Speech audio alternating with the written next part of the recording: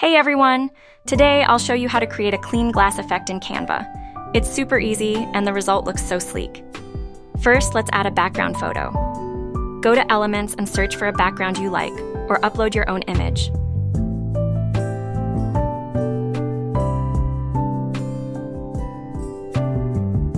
Resize it to fully cover the canvas. Next, let's create the glass effect. Go to Elements, open the Frames tab, and choose a shape.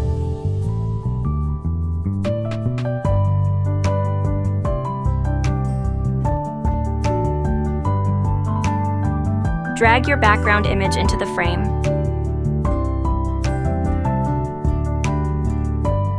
And resize it so it aligns perfectly with the background.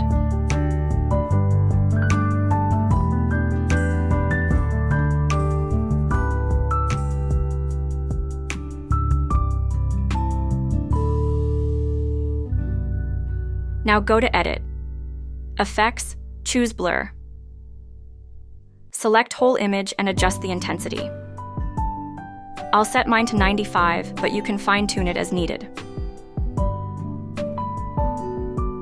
With the blurred image selected, add a border line.